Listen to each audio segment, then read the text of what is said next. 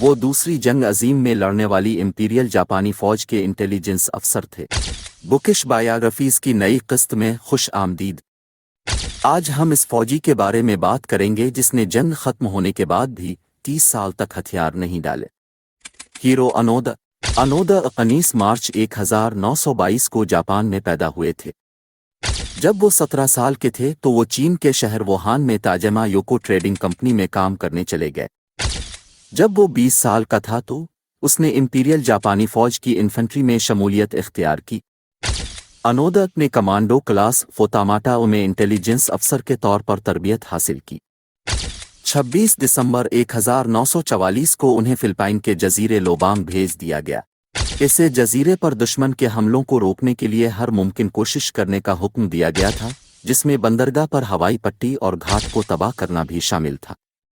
انودا کے احکامات میں یہ بھی کہا گیا تھا کہ وہ کسی بھی حالت میں ہتھیار ڈالنے یا اپنی جان لینے کے قابل نہیں ہے۔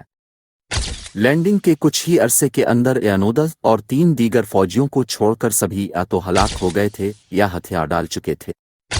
انودا نے اپنا مشن جاری رکھا۔ ابتدائی طور پر فلپائن کے لوبانگ جزیرے کے پہاڑوں میں 3 ساتھی فوجیوں کے ساتھ مقیم تھے۔ انہوں نے پہلی بار اکتوبر 1945 میں ایک کتابچہ دیکھا جس میں اعلان کیا گیا تھا کہ جاپان نے ہتھیار ڈال دیے ہیں۔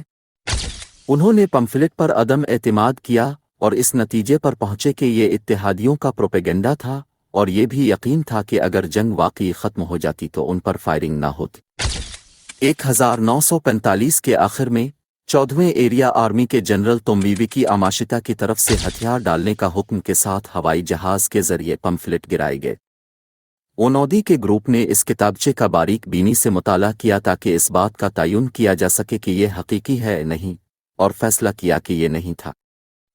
شمڈا اور کوزوکا 19 اکتوبر 1972 کو مقامی پولیس کی فائرنگ سے ہلاک ہو گئے تھے جب وہ اور انودا اپنی گوریلا سرگرمیوں کے ایک حصے کے طور پر کسانوں کے ذریعے جمع کیے گئے چاول جلا رہے تھے۔ 20 فروری 1974 کو کی ملاقات ایک جاپانی شخص نوریو سوزوکی سے ہوئی۔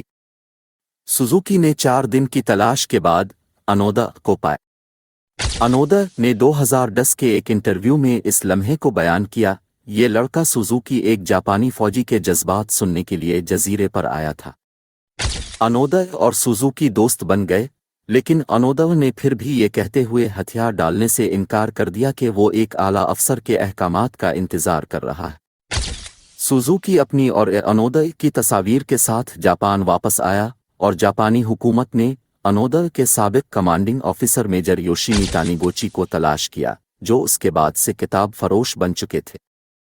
تانیگوچی لوبانگ جزیرے گئے اور 9 مارچ 1974 کو آخرکار انہوں نے انودا سے ملاقات کی، اور اس طرح انودا کو مناسب طریقے سے ڈیوٹی سے فارغ کر دیا گیا اور اس نے ہتھیار ڈال دیے۔ انہوں نے اپنی تلوار، ایک کام کرنے والی اریساکا ٹائپ 99 رائفل، 500 گولہ بارود اور متعدد دستی بم اوہے کے ساتھ ساتھ وہ خنجر بھی واپس کر دیا جو اس کی والدہ نے اسے 1944 میں دیا تھا تاکہ اگر وہ پکڑا جاتا تو خود کو مار ڈالے۔ مزید دلکش کہانیوں کو لائک، کامنٹ اور سبسکرائب کرنا مت بھولنا۔